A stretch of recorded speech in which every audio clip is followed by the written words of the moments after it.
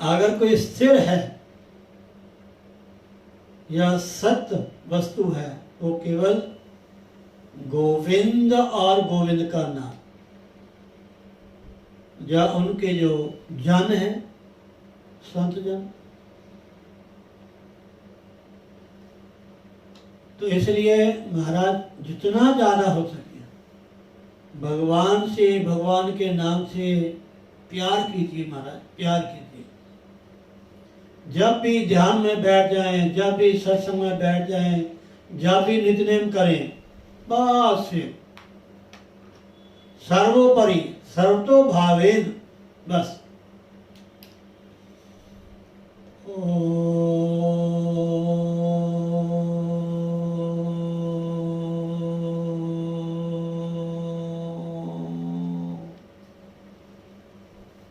राधा नाम में इतनी मस्ती है,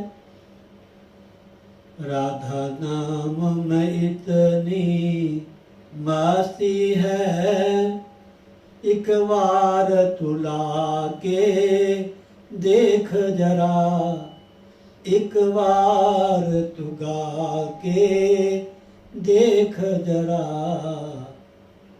राधा नाम में मस्ती, राधा नाम में मस्ती इतनी है, एक बार तू गा के देख जरा, दुनिया का बन कर देख लिया, दुनिया का बन कर देख लिया,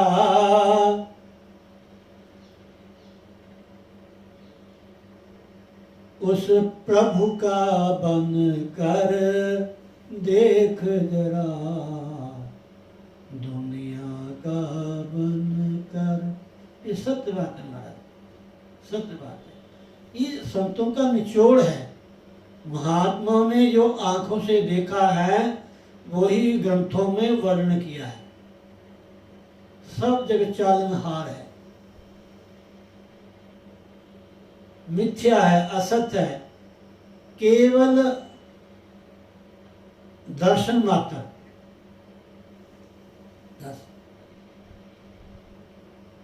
एक कोई महात्मा थे, भ्रमण कर रहे थे, तो भ्रमण करते करते उनको रात्रि हो गई। किसी राजा का या नगर सेठ का एक महल था, तो महल के बाद में थोड़ी वो ड्योढ़ी सी छत सी बनी होती है, आगे को बड़ा हुआ। तो महात्मा जी वहाँ आसन लगा लिया और वहीं सो गए। हमारे गुरुदेव महाराज का जीवन महाराज, अगर आप उसको सुनो, उसको पढ़ो, जिन्होंने उनका दर्शन किया है उनकी आंखें तो टप टप टप टप टप टप टपकती थी। हाँ, जहां भी जाते थे वही उनका नया नाम था। खन्ना में गौसरी खुई वाले, कुराली में बागा वाले, और पटियाले में रामानंद कुटिया।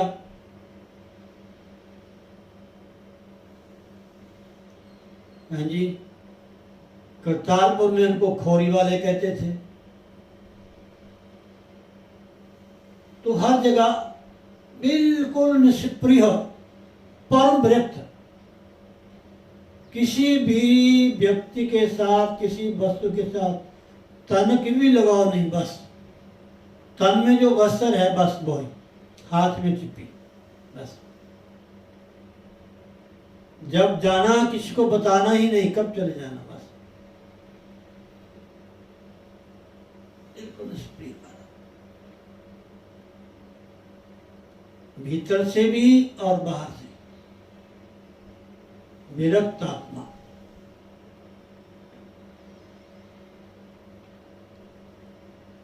कोई आसन नहीं, कोई साधन नहीं, कोई स्पीकर नहीं, कोई दरिया नहीं, कोई साधन नहीं, बस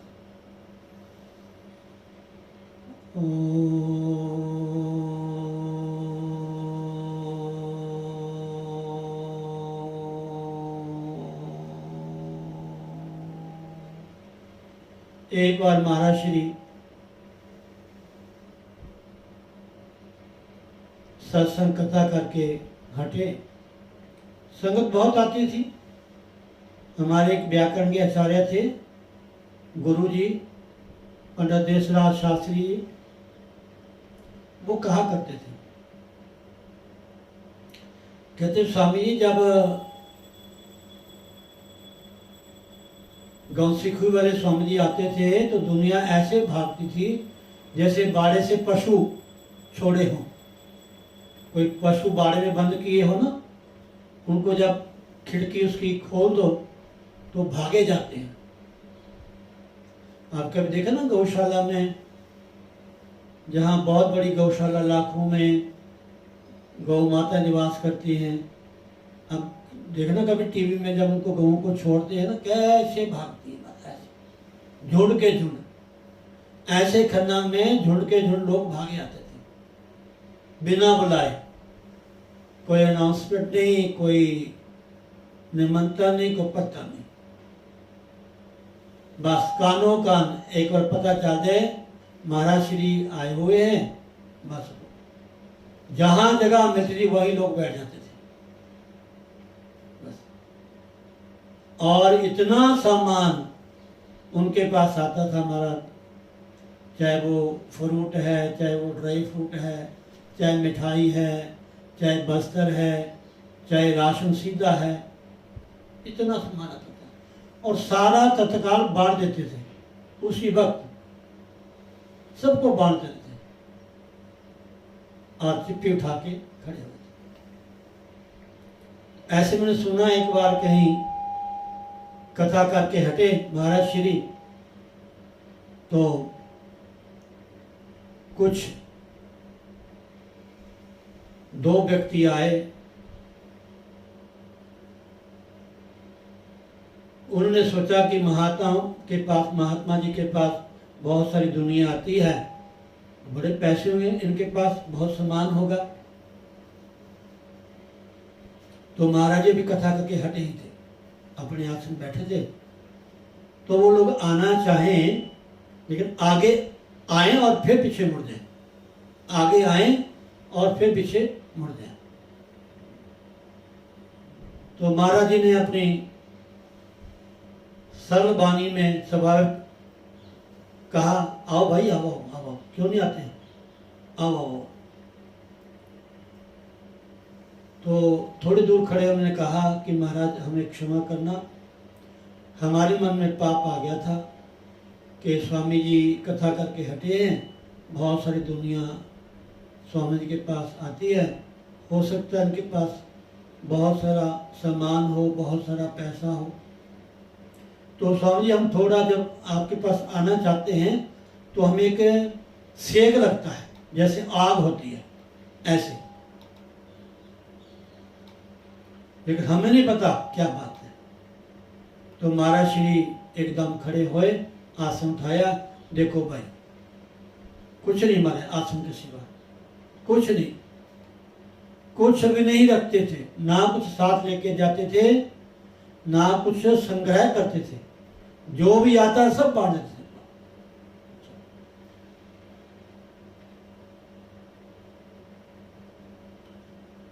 और भक्तों का इतना ध्यान रखते थे महाराज, इतना ध्यान रखते थे भक्तों का।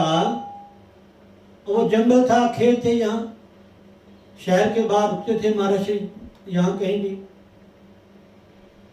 तो माताएं बताती हैं कि जब कभी कभार हम अकेली जाती थी तो रास्ते में डर लगना, तो हमें ऐसे लगता था कि महाराज जी खूंडा लेकर के हमारे पीछे पीछे चल रहे हैं। और जहां कहीं भी महाराज श्री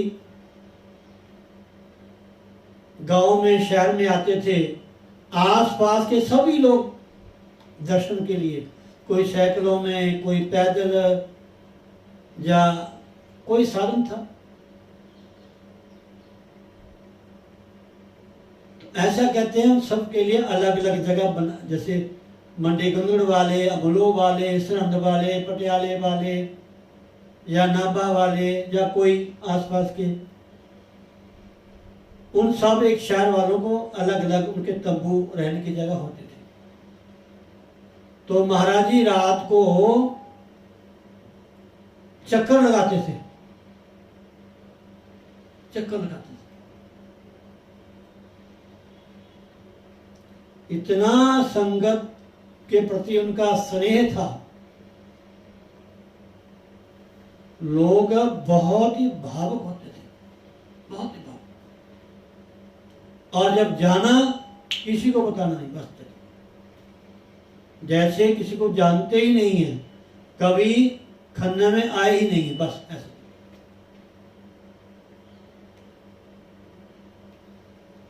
तो ऐसे महापुरुष होते हैं निष्प्रिय।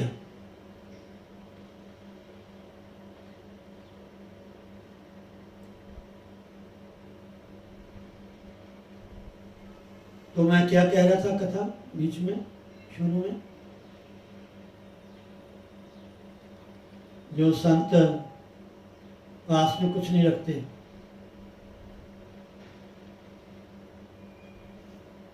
तो मतलब मेरा कहने का यह है, जो साधु जीवन है वो उनका ऐसे ही होता था। इसलिए हमें जितना ज्यादा हो सके सत्संग, हरि नाम, चलते फिरते, उठते बैठते, सोते जागते, जितना भी ज्यादा हो सके।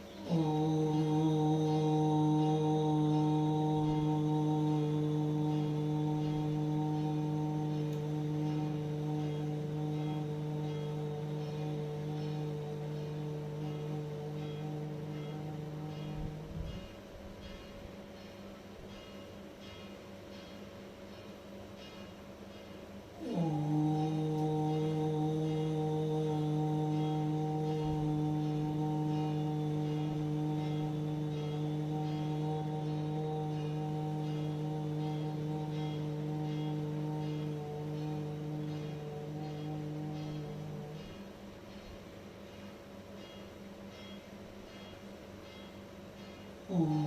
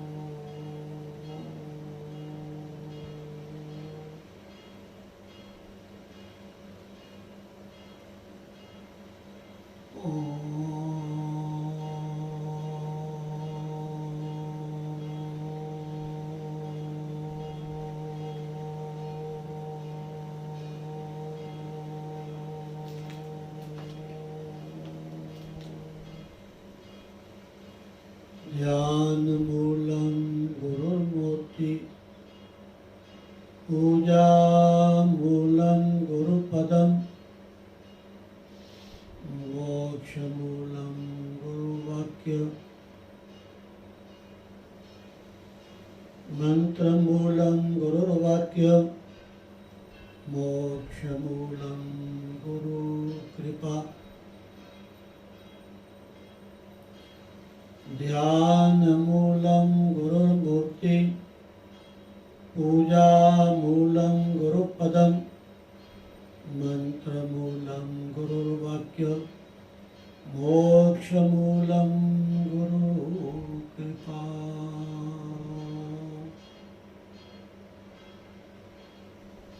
गुरुर्ब्रह्मा गुरुर्विष्णु गुरुर्देवो महेश्वरः गुरु साक्षात् परब्रह्म तस्मै श्री गुरुवे नमः।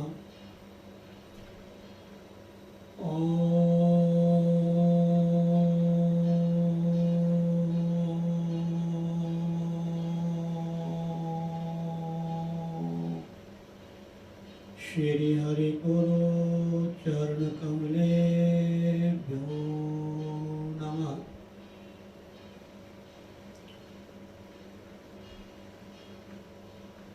तो एक बार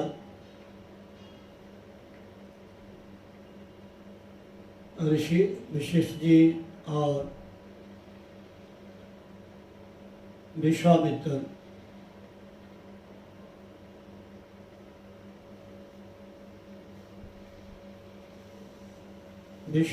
जी का वशिष्ठ के पास आना हुआ और वशिष्ठ जी विश्वामित्र के पास गए। जब विश्वामित्र ने देखा कि एक ब्रह्म ऋषि कुटिया में रहने वाला, तो विश्वामित्र उस समय गया जिस समय वो राजा था।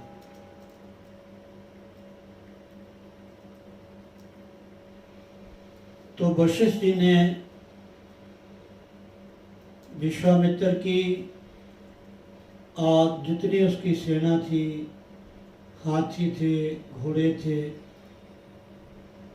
सबकी खूब सेवा की। ऐसा कथा में लिखा हुआ है कि वशिष्ठ जी के पास आश्रम में एक गौ थी जिसका नाम नंदिनी था, और नंदिनी की कृपा से ही उन्होंने समूची सेना का बहुत ही सत्कार किया। आराम के लिए, भोजन के लिए,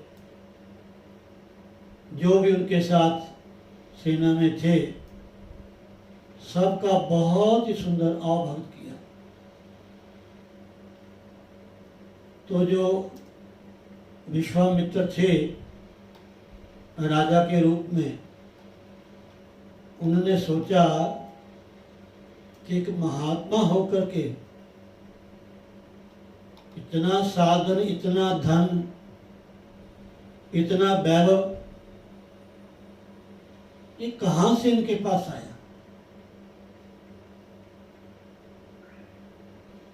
तो उन्होंने सोचा कि कोई ना कोई शक्ति इनके भीतर होगी, कोई ना कोई बल होगा। तो उन्होंने कहा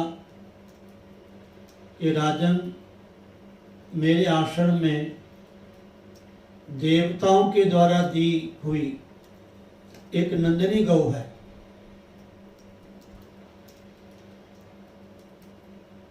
जिसकी कृपा से मैं आपकी ये सेवा कर सका।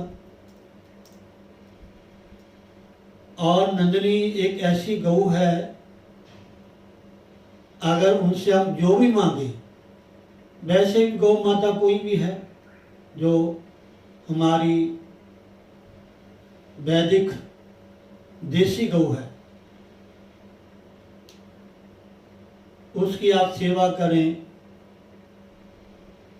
मन ही मन आप उनसे कुछ ही मांगे तो गौ माता वो हमारी जो इच्छा है वो पूरी करती है। तो वशिष्ठ ने कहा जी नंदिनी की कृपा से हम ये सारा कार्य कर सके हैं। तो ऐसा लिखा है, राजा ने उनसे गौ मांगी तो गुरु वशिष्ठ ने कहा कि ये तो देवलोक से हमने इसका आह्वान किया है आपकी सेवा के लिए, अब ये देवलोक कोई वापस जाएगी। तो उसने थोड़ा उन्होंने विवाद किया, ऐसी कथा आती है। लेकिन उसके मन में आया कि मैं भी तप करूंगा, तप से मैं भी ब्रह्म ऋषि बनूंगा।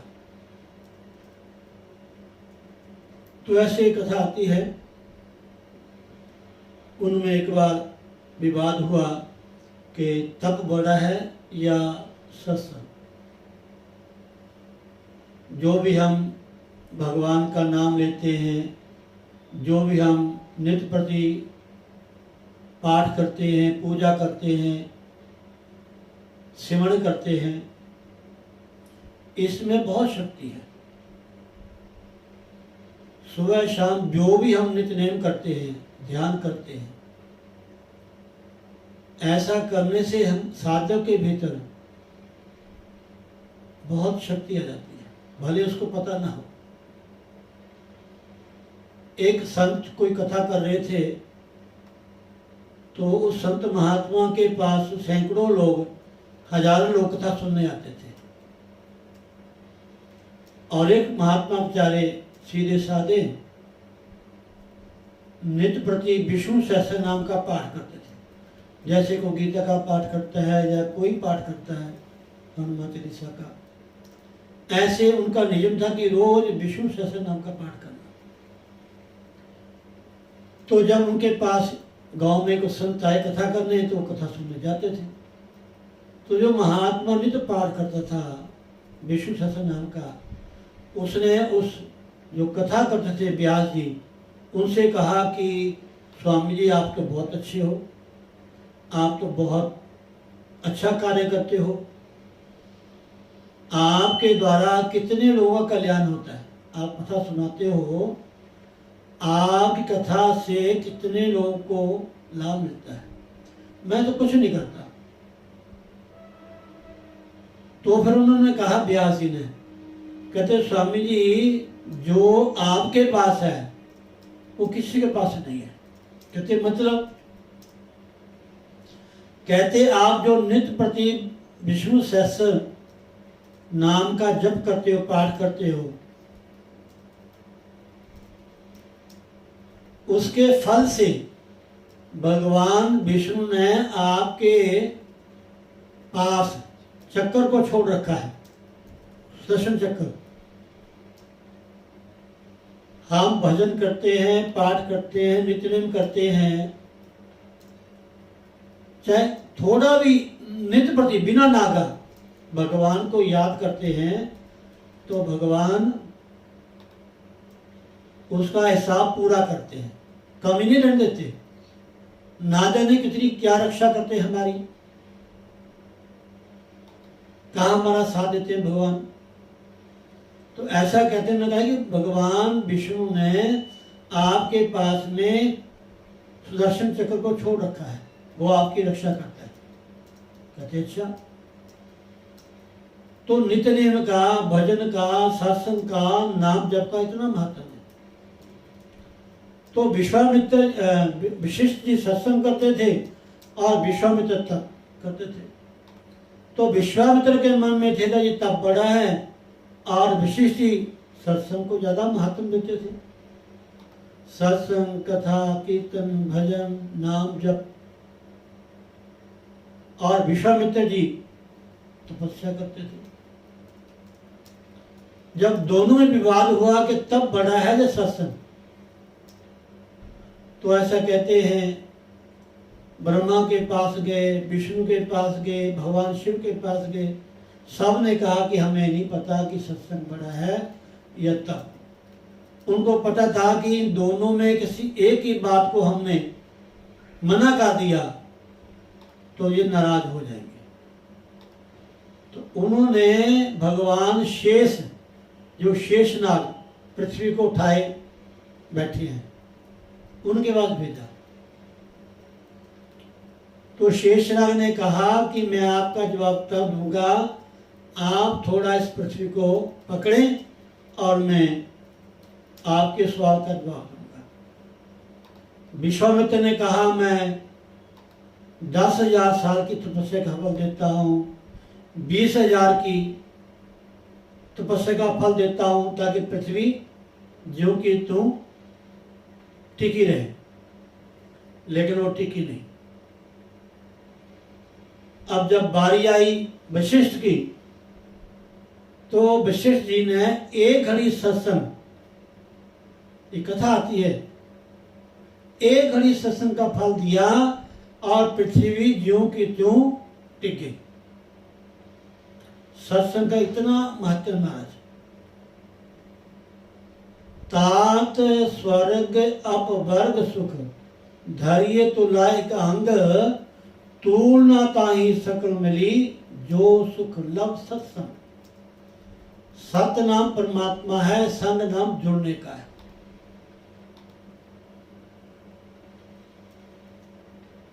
ये सत्संग, कथा, भजन, कीर्तन, संत महात्माओं की सेवा, उनका दर्शन, उनकी संगति करना, ये सब सत्संग के अंतर्गत आ जाता है। सत्संग जो है वो हमारे अंदर की मैल को साफ करता है। और साधनों से ज्यादा सत्संग का ज्यादा महत्व है। तीर्थों में जाएं, व्रत करें, उपवास करें, यज्ञ करें, जो भी सत्य कार्य करें, इन सब का तभी लाभ है जब हमें भगवान से लगाव हो, भगवान हमें अपने लगे। तो सत्संग में, कथा में, कीर्तन में, महापुरुष में बार बार यही बताते हैं कि इंसान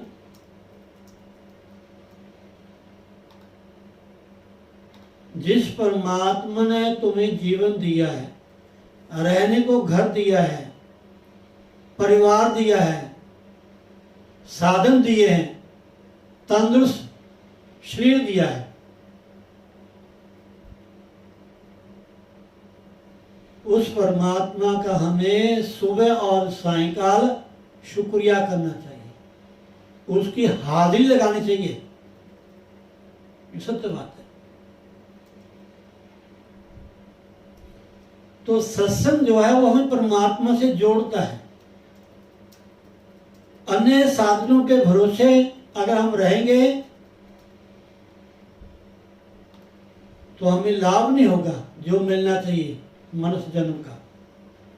इसलिए कोई भी युग है, चाहे सतयुग है, त्रेता है, द्वापर है, कलयुग है, हर युग में भगवान के नाम का और सत्संग का बहुत ही महत्व है, बहुत ही महत्व है। भगवान शिव और पार्वती दोनों सत्संग करते हैं। भगवान कथा सुनाते हैं और माँ कथा सुनती है। सब देवता, आप पुराणों को पढ़ के देखना, कहीं गणेश जी बकता हैं तो और देवता सुन रहे हैं, कहीं शेर जी सुना रहे हैं तो देवता सुन रहे हैं, और यहां तक कागभुषुंडी कथा करते हैं तो पक्ष तो सुनते ही हैं, देवता भी हंस के रूप में जाकर के वहां कथा श्रवण करते हैं। कथा का बड़ा महत्व है। शिव पुराण में एक छोटा संकेत है कि हर इंसान से 3 तरह के पाप होते हैं। एक मन से, एक वाणी से, एक शरीर से, एक मन से, एक वाणी से, एक शरीर से। तो कहते इनसे कैसे छुटकारा हो? तो कहते मन से भगवान का चिंतन करें, वाणी से भगवान के नाम का कीर्तन करें, और शरीर के द्वारा बैठ करके भगवान की कथा सुने। और सत्संग तो महाराज ऐसा है, इसमें तीनों लाभ हैं। सत्संग में आकर के इंसान का मन बहुत ही जल्दी भगवान में लग जाता है।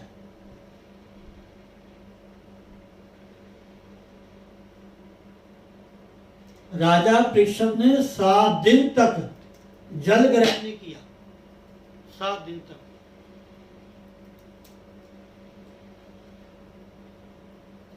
राजा परीक्षित ने 7 दिन तक जल ग्रहण नहीं किया। देखो, ऐसे एक ही आसन में बैठे रहे।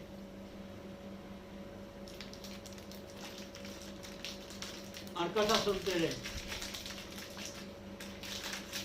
जो ऋषि का श्राप था कि 7वें दिन आपको सर्प डसेगा, सर्प डसने से पहले ही उन्होंने अपने शरीर को छोड़ दिया। ध्यान के द्वारा, साधना के द्वारा। सत्संग ऐसा है महाराज। इसलिए कहा है कि तात स्वर्ग अपवर्ग सुख धरिये तुला एक अंग, तूल न ताई सकल मिली, जो सुख लव सत्संग। सत्संग तो लव मात्र का ही बहुत है। एक घड़ी आधी घड़ी आदि से बुनियाद, तुलसी संगत साध की कटे कोट अपराध। इसलिए सत्संग में कभी भी हमें आलस नहीं करना चाहिए। घर में एक है तो कोई ना कोई ग्रंथ पढ़े, चाहे 2 मिनट के लिए। रामायण है, 2-4 चौपाइयाँ पढ़े। कोई भागवत है, कोई पुराण है, चाहे 1 अध्याय पढ़े, जरूर पढ़े। गीता पढ़े, और बाद में थोड़ा ध्यान लगाए बस।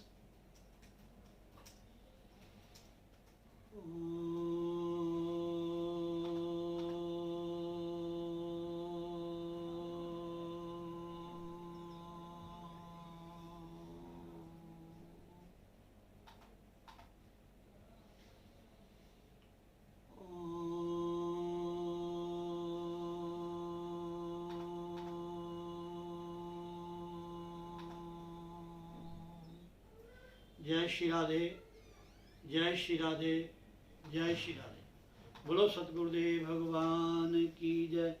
बोलो श्री वृंदावन बिहारी लाल की जय। 2 लाने भजन की, उसके बाद जय श्री राधे।